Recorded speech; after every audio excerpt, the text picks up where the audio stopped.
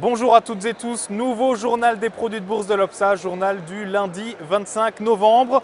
Jeudi, pour la première fois de son histoire, le Dow Jones clôturait au-delà des 16 000 points, une barre historique, une barre record qui était bien saluée le lendemain vendredi par les marchés européens. La bourse de Paris vendredi soir terminait donc à plus 0,58% avec un CAC 40 à 4 278 points.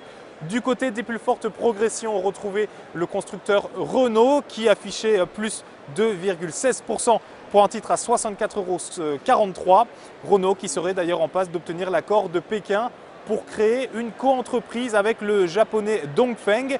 Solvay de son côté reculé de 2,48% alors que JP Morgan estime son titre comme sous-pondéré. Et puis enfin, les banques, elles, fluctuaient en territoire positif avec pour la meilleure d'entre elles, un BNP Paribas, une progression de 1,03% à 54,67 €. Ici, maintenant, aux États-Unis, rebelote pour le Dow Jones qui donc, après avoir touché les 16 000 points jeudi, terminé à nouveau en hausse pour terminer autour des 7 058 points. C'est en 2013 la 41e fois que l'indice américain bat un nouveau record, établit une nouvelle marque historique.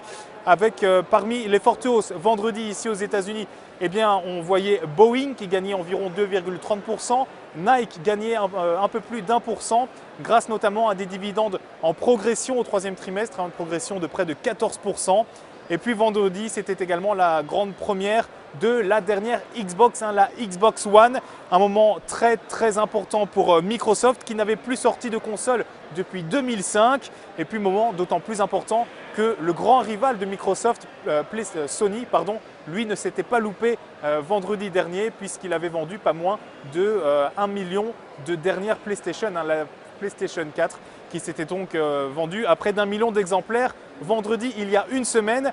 La guerre des consoles est donc bien et bien lancée entre les deux constructeurs et le point d'orgue de cette guerre sera sans aucun doute, comme à chaque fois, les ventes de fin d'année. Pour terminer, comme à chaque fois, la valeur à suivre et aujourd'hui, c'est le groupe métallurgique ArcelorMittal. Ses moyennes mobiles à 20 et 50 jours continuent de supporter les cours. Son titre est par ailleurs soutenu par une oblique haussière en place depuis août-octobre 2013. Tant que le niveau des 11,605 € fait offre de support, le billet est haussier vers 13,755 € et 15 € tout rond. La stratégie qui vous est donc proposée est l'achat du Warrant Call ArcelorMittal à B964T d'Unicredit. Son prix d'exercice 12 €, sa date d'échéance le 7 mars 2014. Voilà, c'est la fin de ce premier JT des produits de bourse de la semaine. Rendez-vous demain. D'ici là, passez une bonne journée.